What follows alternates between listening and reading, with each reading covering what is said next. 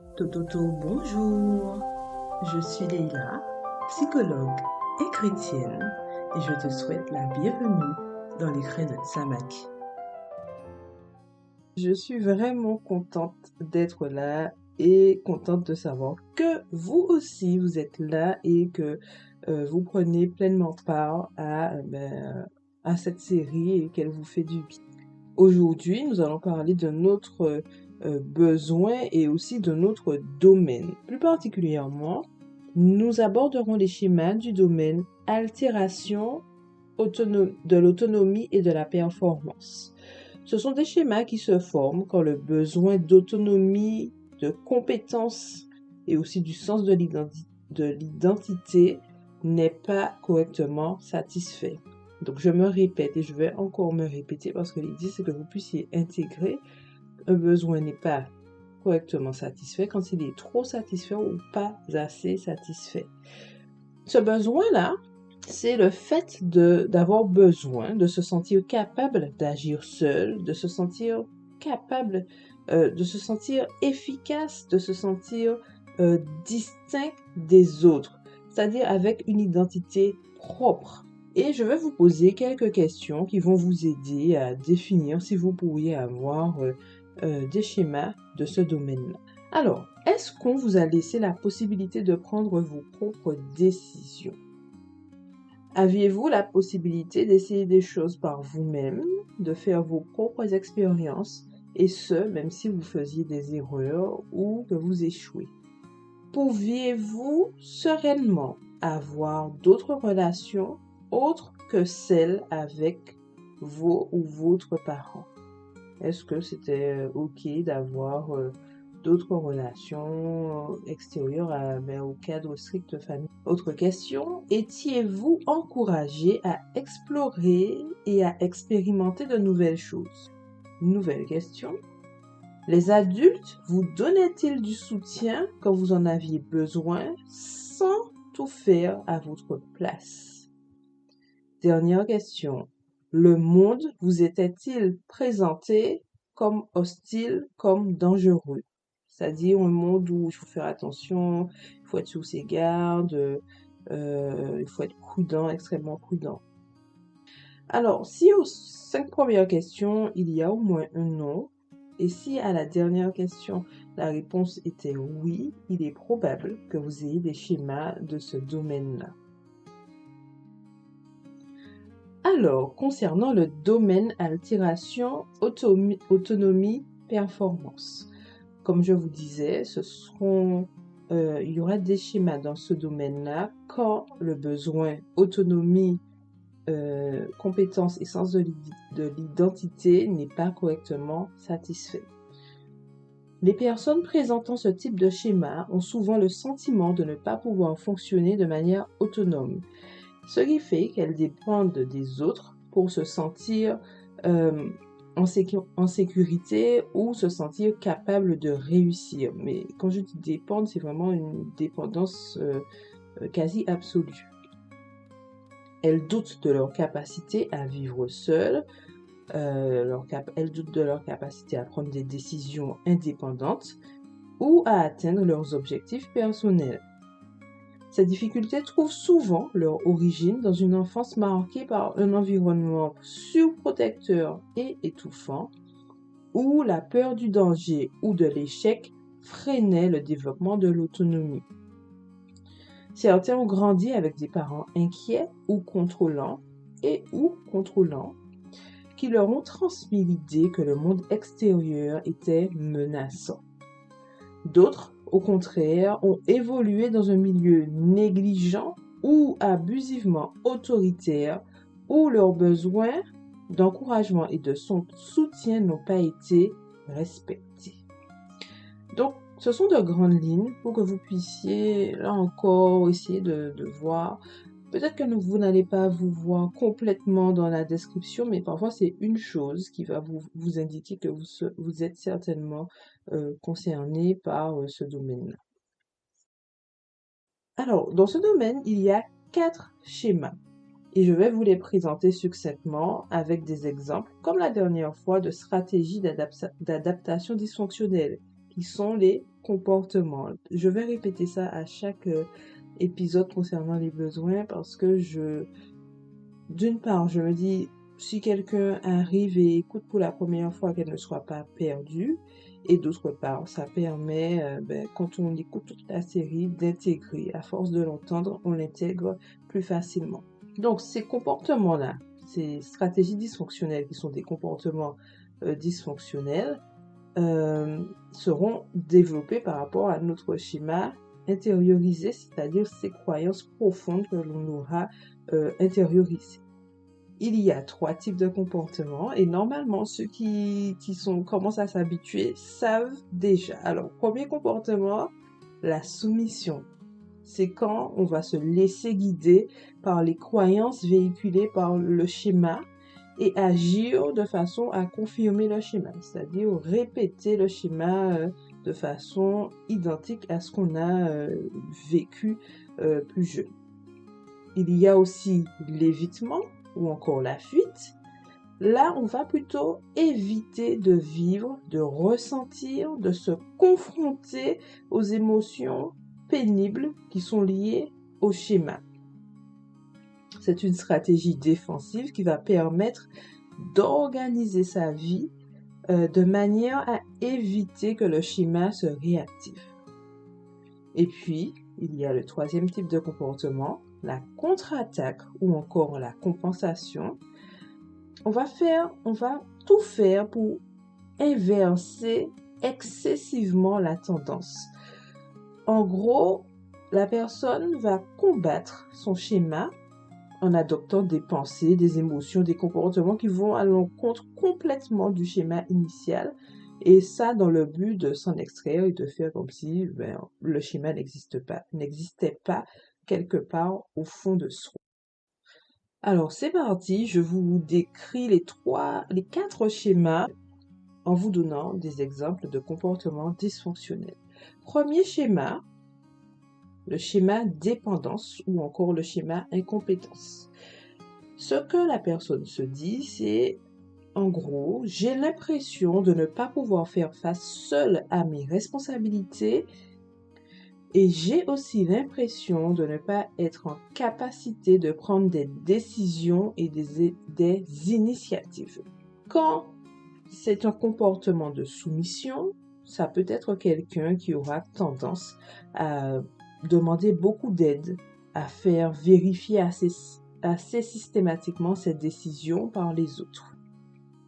Quand il s'agit d'un comportement d'évitement, ça peut être quelqu'un qui va procrastiner devant les décisions et éviter d'agir de façon indépendante et de prendre des responsabilités normales d'adulte. Quand il s'agira d'un comportement de contre-attaque ou de compensation, c'est quelqu'un qui va fonctionner comme quelqu'un de complètement indépendant, qui ne va quasiment jamais demander d'aide. Tout ça pour ne pas avoir l'air incompétent ou dépendant.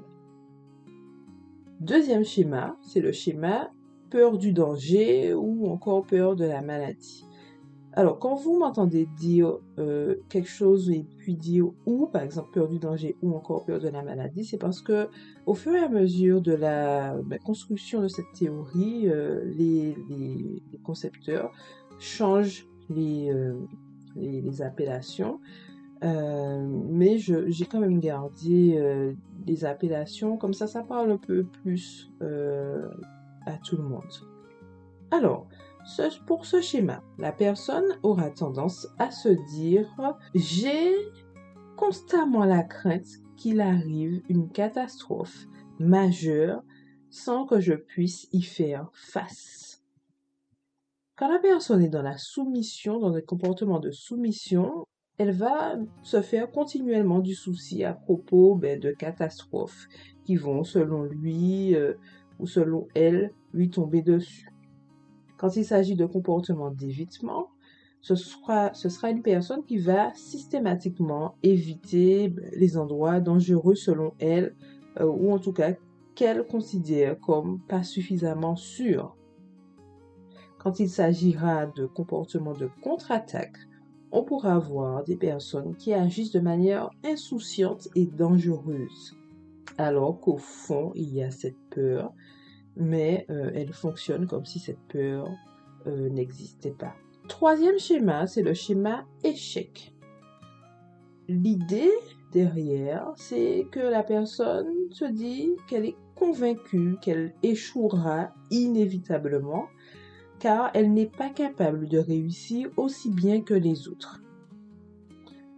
Quand il s'agit de comportements de soumission, la personne pourra avoir des comportements fatalistes. Elle va se dévaloriser et se mettre souvent en position d'auto-échec. Quand il s'agit de comportements d'évitement, ça peut être une tendance à éviter totalement les défis ou les situations où la personne pourrait échouer. Quand il s'agit de comportements de contre-attaque, ce seront des personnes qui auront tendance à tout contrôler, tendance au perfectionnisme pour s'assurer de ne jamais échouer, et ces personnes-là en seront épuisées. Dernier schéma, c'est le schéma fusion ou encore schéma personnalité atrophiée. Ce seront des personnes qui auront cette croyance profonde d'avoir besoin d'être dans des relations fusionnelles avec un ou plusieurs proches, ce qui va impacter l'identité propre de cette personne et aussi impacter les autres relations. Parce que, comme je vous disais, ce sera vraiment de la fusion avec une ou des personnes et une difficulté à rentrer en relation avec d'autres personnes. Quand ces personnes seront dans des comportements de soumission, elles seront dans des relations fusionnelles avec certains de leurs proches, ce qui va les empêcher de développer leur propre identité et de développer leurs préférences personnelles, de les connaître. Quand il s'agira de comportements d'évitement, ce seront par exemple des personnes qui vont éviter les relations tout court et seront dans une individualité exclusive pour éviter la fusion. Et quand ce sera des comportements de contre-attaque, ça pourrait être des personnes qui cherchent à avoir une personnalité forte à l'extrême opposée de ses proches, notamment quand il y a eu fusion avec un proche, chercher à être complètement différent de ce proche-là. Alors voilà pour la description des 4 schémas et des comportements dysfonctionnels, en tout cas des exemples de comportements dysfonctionnels qui peuvent apparaître. J'espère que ça vous a été bénéfique, ça vous a permis de continuer à enrichir votre réflexion et à vous aider à identifier si vous avez tel ou tel schéma, parce que c'est l'objectif.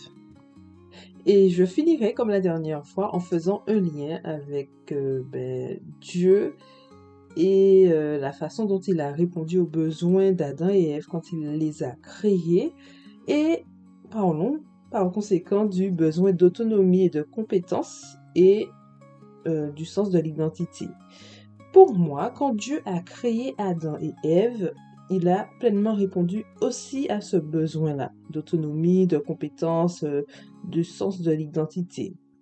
Quand Dieu leur dit déjà de garder et de cultiver le jardin, Genèse 2, verset 15, l'Éternel Dieu prit l'homme et le plaça dans le jardin d'Éden pour le cultiver et pour le garder. Ça laisse entendre que Dieu faisait confiance à ses créatures, à Adam et à Ève, et qu'il les laissait avoir une certaine autonomie pour pouvoir exister aussi par eux-mêmes et pas seulement à travers Dieu. J'espère que vous comprenez ce que je veux dire.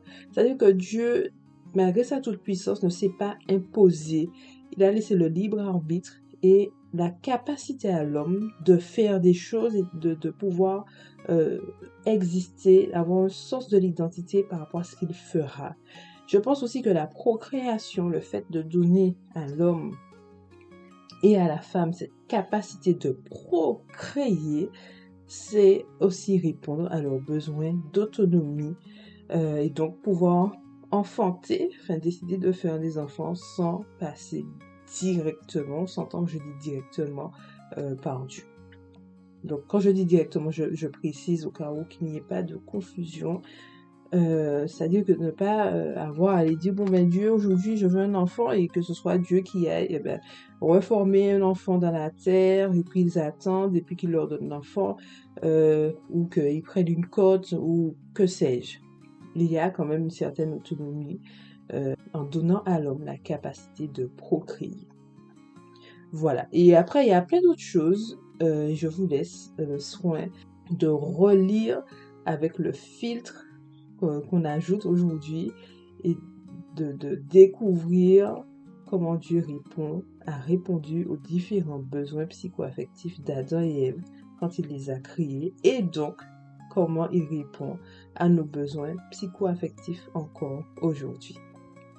Voilà, et bien je vous retrouve bientôt pour la suite, pour notre troisième besoin, notre troisième domaine. Et puis, je te dis à bientôt dans les Grains d'Otsamak, cet espace de développement et d'éclosion qui t'est dédié.